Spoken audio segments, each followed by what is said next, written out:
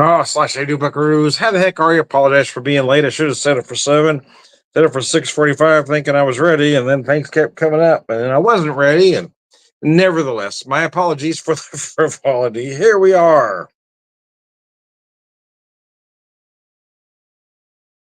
Uh, looks like we're okay there.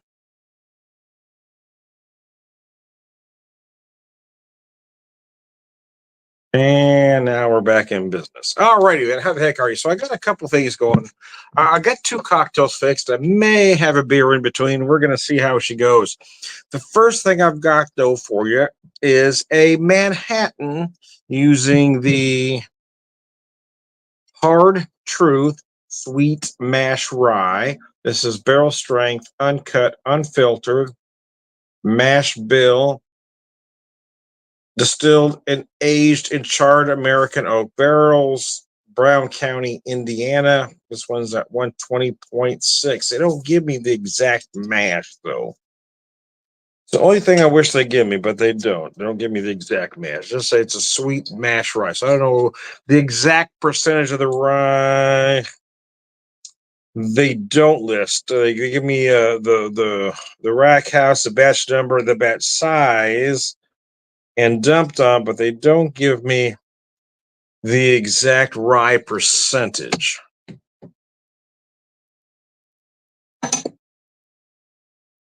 Anyway, I don't give a rat's ass. Anyway, Slancha, this stuff is really good though. I've been drinking it rather steadily since I bought it. I bought it on our first day of vacation.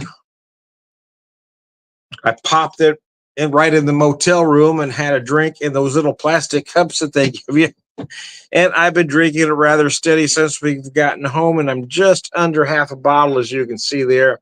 But it makes such a beautiful Manhattan. It makes a great old fashioned. And it's great and neat, to be honest with you. But I just now we're getting to it's Manhattan time of year. It's old fat or it's Manhattan season. The weather is cooperating to make a Manhattan.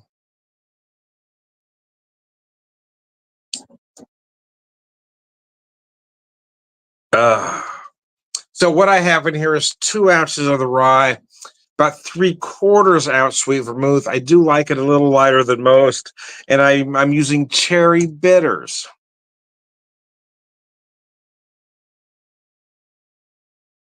to accentuate fall flavors.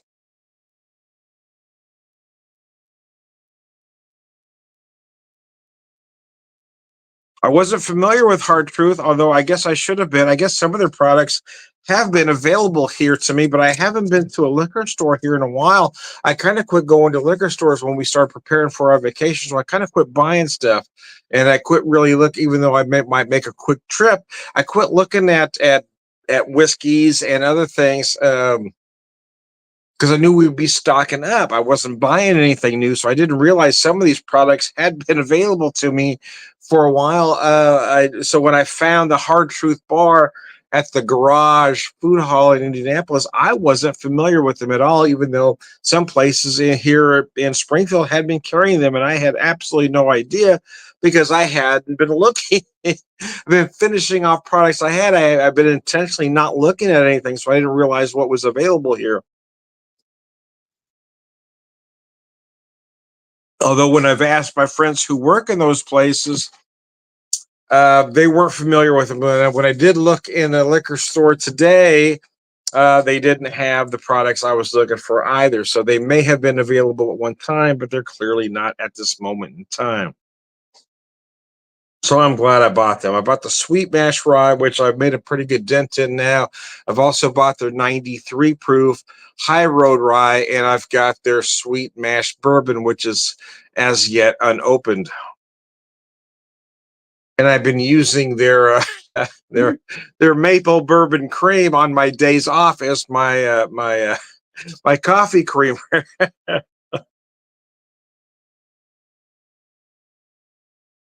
We just finished it up, but I did have some maple walnut coffee from Kalamazoo Coffee Company. So I had that maple walnut coffee, and I was using that maple cream bourbon as my creamer, and oh my lord! But now I'm using a dark roast 5 Country blend from Trader Joe's, and that's a nice, rich dark roast. And when I add just a little bit of that maple bourbon cream, cheese whiz and bacon, that's just delicious.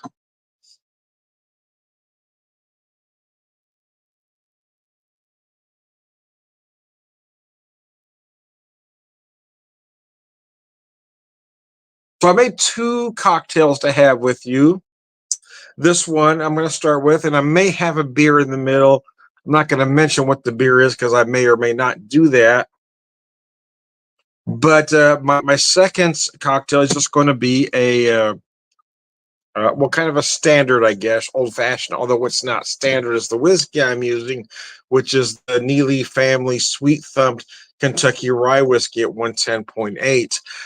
But I'm just using and I say standard because I usually use kind of a flavored or a fancy simple here. I'm just using a classic simple, again with cherry bitters. So we just kind of made it easy. But I did want to. I made a classic simple because I do want to do a whiskey sour at some point. And I bought some bar sugar that has egg whites that I'm still trying to figure out that I like to do a Boston sour with. Now I've used just egg whites before when I've made the Boston sours and other cocktails, but I bought the sugar because it had the powdered egg whites with it. But I've tried it do I've tried it with their directions on the canister. I've tried it with directions that I've looked up online, which are completely different, by the way.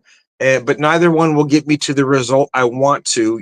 Trying to use it as a in a Manhattan or another cocktail, but I haven't tried it as a Boston sour yet. So I may try that, not in this particular video, but maybe the next one, maybe tomorrow. Hell, I don't know, but I will try it at some point because that was the main reason to make just a classic simple.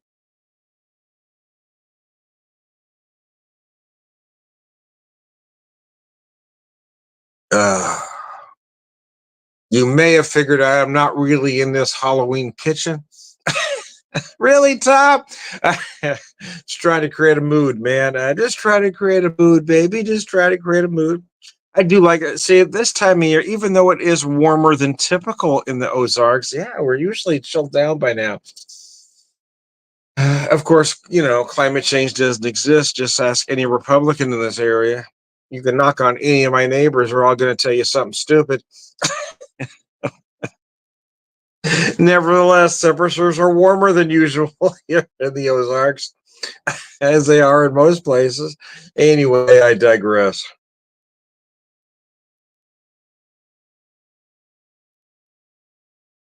But it is fall, is that time of year. During this, the Manhattan is my favorite cocktail. There's no doubt about that. During the spring and summer, I really like a whiskey sour because it's refreshing. During the summer, early fall, I like that old fashioned. But I like the purity of a Manhattan. And to be honest with you, I do prefer a straight up cocktail, whereas a whiskey sour is typically served on the rocks. A Boston sour is typically served straight up. And the only real difference between the two drinks, yes, is the egg whites.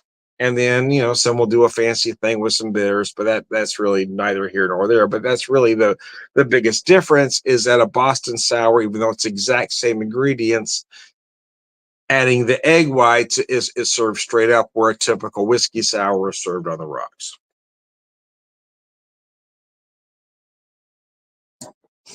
But you all know me. I prefer a straight up cocktail. I do some of those big ice cocktails, especially during the summertime. But this is what I like. This is a glass I like. I like the coupe and or various versions of. I do like a chilled but straight up cocktail. I'm not into. I'm not a big ice guy. Not a big fan of ice. I'd like a chilled cocktail, but I don't want it sitting there, diluting my cocktail. And even with the big ice cube, that does melt slowly. Again, you're still going to get some dilution, and I'm just not a fan of that.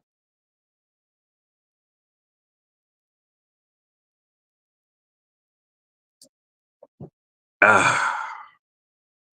I'm still trying to come to grips or trying to get used. Oh, this vacation, we've never taken a vacation this long. We've always taken, 2 or 3 days here and there. Our pets we couldn't stay away from for very long, but the last one passed away just about this time last year. So, and it was at that moment that we decided we were going to take a long vacation. Now that we were able to, and I'm still trying to get back. It's taken me a while to really get those levels right again. This may be hard for some of you to believe, but I don't drink as much as my character might portray. So when I was drinking on vacation for like 11 days straight, that's not typically what I do. In fact, leading up to vacation, I think there was like the 3 days leading up where I didn't drink anything at all, just due to work and getting things ready.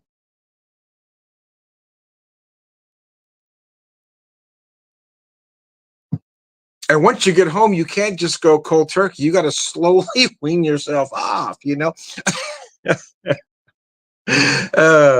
that's what I've been doing. I did have a couple of days there where I didn't drink, but I thought, well, this is Saturday. I'm gonna enjoy myself today.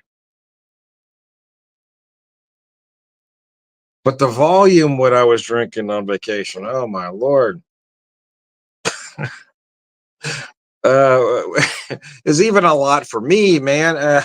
And it wasn't typical. Even when we've taken vacations over the last few years, I mean, this particular vacation required a lot from me.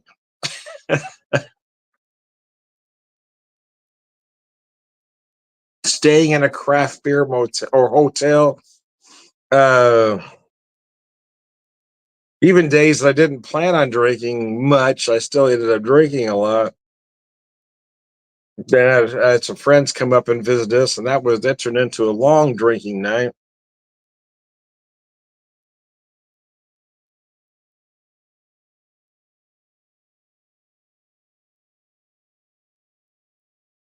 So we're already trying to plan next year's vacation.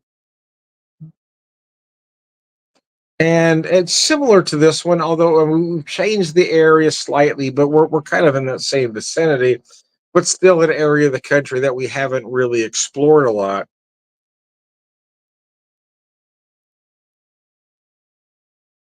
Although I don't know if we're the first people on the planet to do so,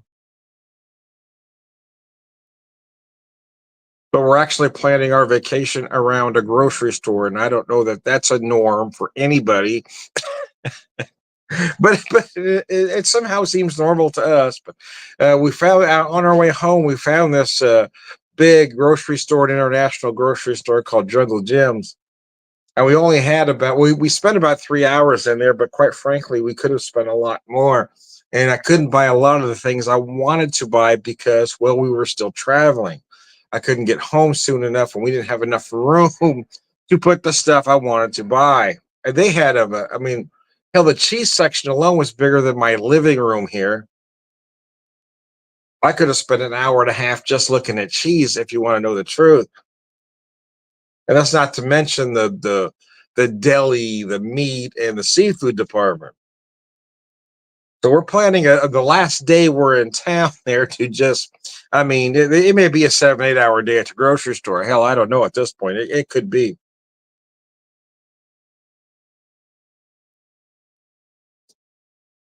But while on this trip, we were planning on, my wife was doing some thrift shopping and I was doing a lot of beer and whiskey shopping, hitting a lot of breweries and distilleries.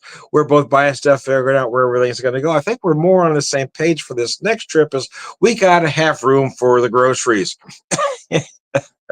Because I mean, I bought a handful of spices, but I didn't even touch the amount that I wanted to buy. I mean, I never even got close. I just made myself stop. I threw 6 things in the cart and said, "Okay, I got to walk away." I could have spent 30 minutes just looking at spices. I shit you not. So I just threw about 6 things in the car and said, okay, we got to look at something else now, or we're going to be here all damn day. That's kind of where we were, that whole thing. I mean, I started going down a rabbit hole, going through the hot sauce area. Then I just turned around and said, okay, I'm done. I grabbed a couple things and I'm out of here. I'm, there's like 4 or 5 aisles. I cannot look up and down every hot sauce. I don't have that kind of time, nor do I have room in my car for every hot sauce I want to buy. Just had to make myself stop.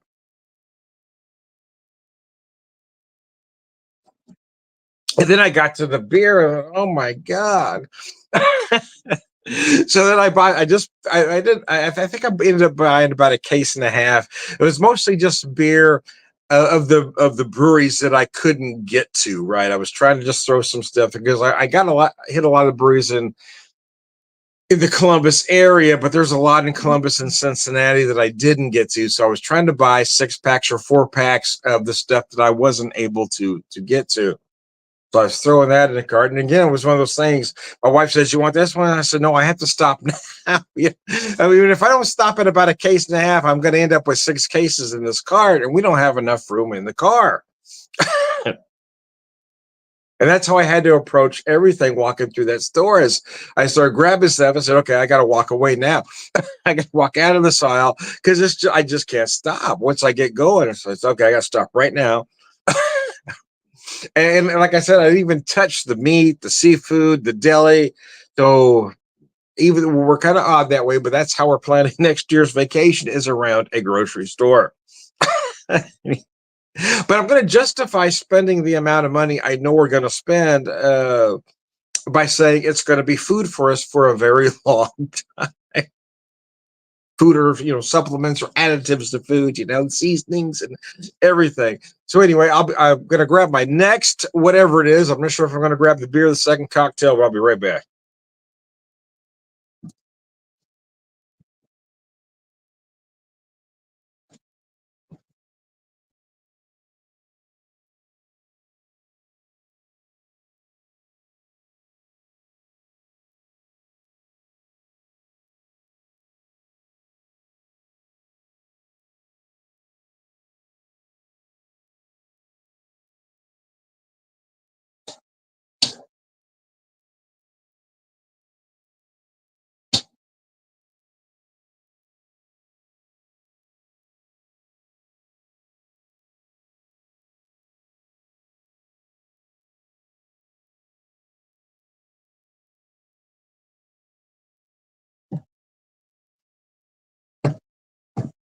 Okay, I'm back, and I decided to grab that beer because this is one I haven't had with you folks yet. It's one out of Columbus called Landgrand. I actually had a little bit of this last night.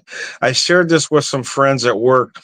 It's called the Nadamosa. It's a double IPA at 8% even. It says peach, pineapple, and dank. So let's see. I have some memories of it last night, but let's see if it just does the same thing to me. Shared it with a couple friends.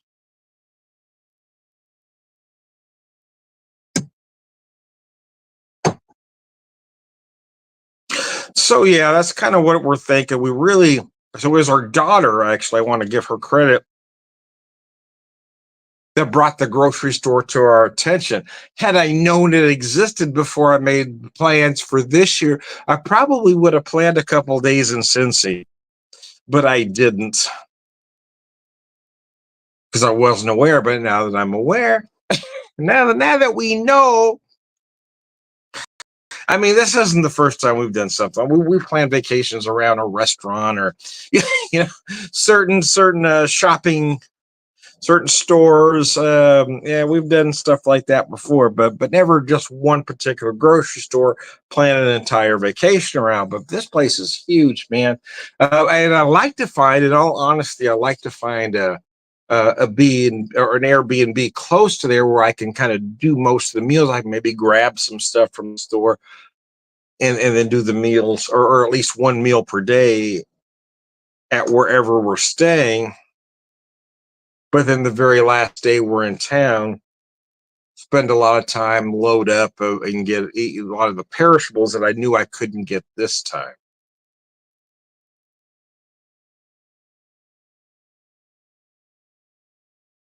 Dank really describes this one pretty well. They don't mention it at being a hazy, um, and it doesn't really have that real haze or New England kind of milky.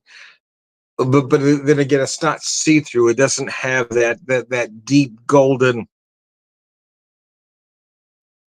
West Coast look either.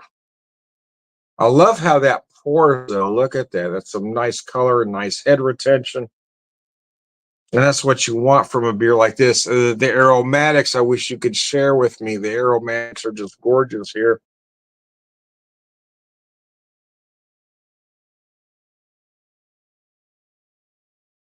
Again, they mentioned peach, pineapple. Yeah, I'm going to agree with that. If I was describing the flavors without reading the can, I would probably describe it more as stone fruit and tropical fruit, mentioning specifically the peach and the pineapple. But I think if those are flavors and aromas that are familiar to you, you may also pick out some passion fruit, some mango as well.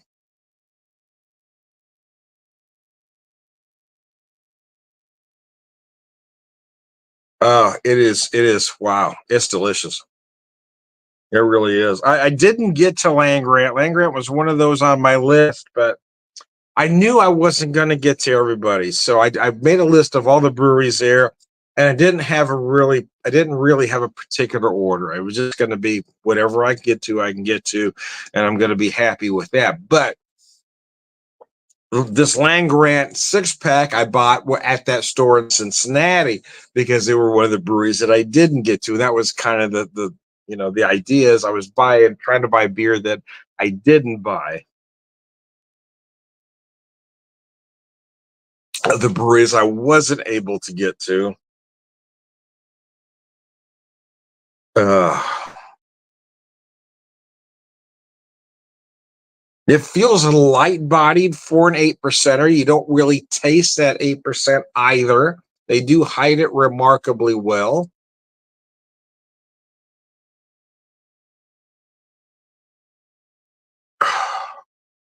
Very crisp, not a lot of lingering sweetness. They put this together exquisitely well.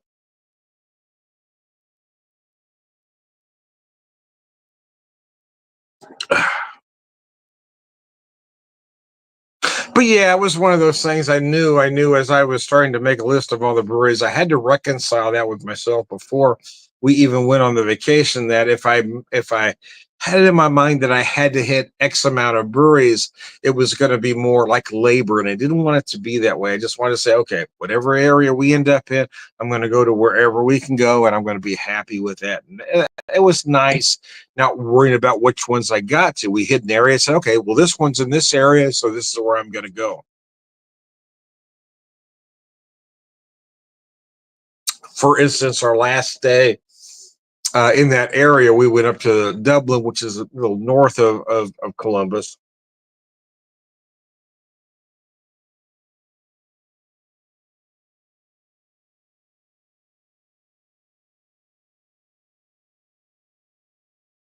So I hit North High Brewing, that was right there. And there was another brewery there, but I wasn't as concerned about that. Well, I hit North High, uh, but there was another place I really wanted to go to, the Dublin Village Pub, because they were known for their Irish whiskey selection. And when I looked at it online, I think I told my wife they had 104 or something like that, or 74. I can't remember the number I gave her as I was counting what they were showing online.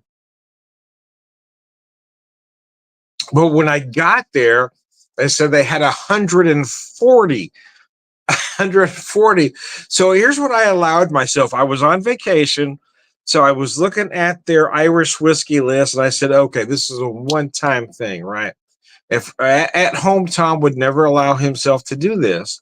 But vacation Tom looked at that list and said, okay, pick out anything on this list that you have never had before that is a special pour for you up to $20. I was allowing myself up to a $20 pour. And there was a lot of up to, I mean, there was a lot of options, but there was a lot above that. I just wasn't going to allow myself to go above that. But I was going to say, okay, you're going to spend, you're going to get an ounce and a half or 2 ounce pour, whatever they're giving you. You're going to pay the $20 and you're not going to complain about it. You're not going to stress about it. You're not going to worry about it because you're on vacation. But the first thing I had there was a cocktail, which was sort of an old-fashioned cocktail called the Dublin's Gate, and it was very interesting. Used a very nice Irish whiskey, a simple that I can't remember exactly what was in it, but the garnish was candied bacon, which is the main reason I ordered the cocktail, because I'd never had a cocktail with meat in it before. So this is nice. But then I drank that, and I was looking through their I mean, this list was huge, as you can imagine. But I was like, okay, well, my criteria was I will allow myself to spend up to 20, and I want a single malt.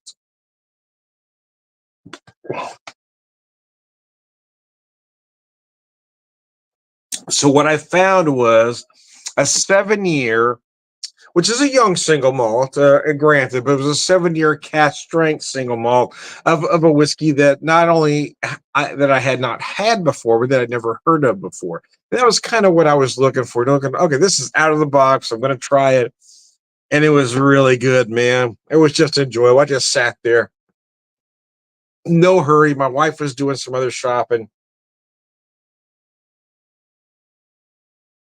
I was talking to the bartender and some folks beside me because, I talk to everybody, whether they want me to or not. And I'm just going, oh my God, this whiskey is amazing.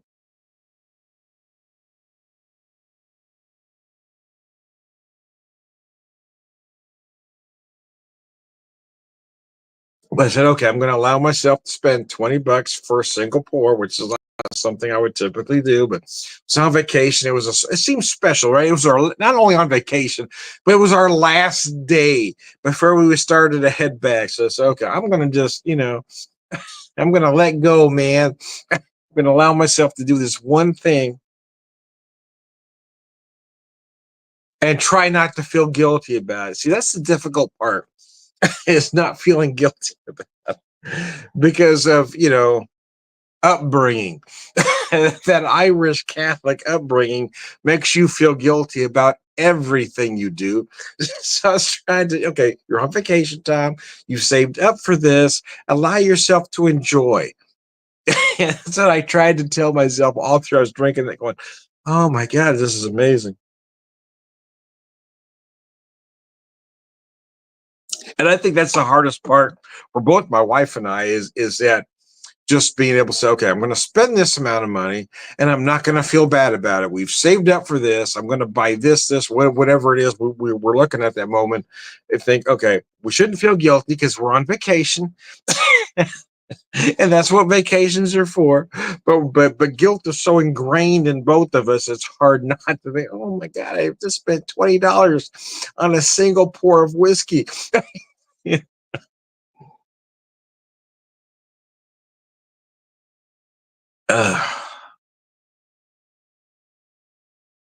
Sometimes I think that shallow people are very lucky because they don't have these deep emotions.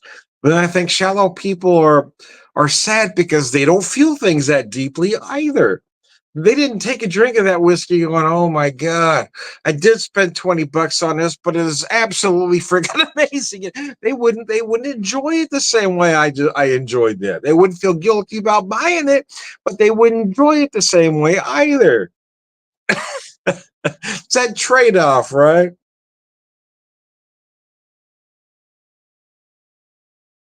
Shallow people or narcissists don't have that emotions, but then, which is, I guess, is kind of good, but then they don't enjoy anything either. You don't have that ability to enjoy what's around you. So that's the trade-off. So I guess I can't be too angry for the guilt that's ingrained in me because it also allows me to enjoy things at a certain level, even though I might regret it later. Oh no, I can't believe you did that. Anyway, that's the trade-off, man. That's the burden we all live with one way or another.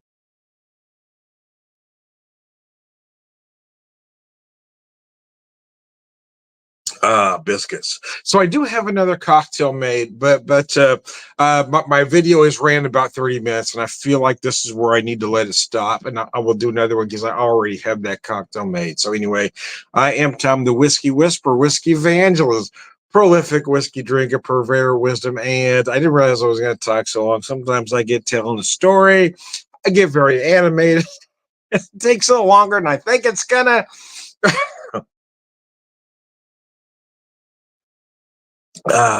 This beer is really good, man. Let me show you that can one more time. I had just a couple ounces yesterday because I shared it with several friends, and it seemed very enjoyable. But having an entire can, this thing is gorgeous. Land Grant, and not a Mosa double IPA. They tell you to look for peach,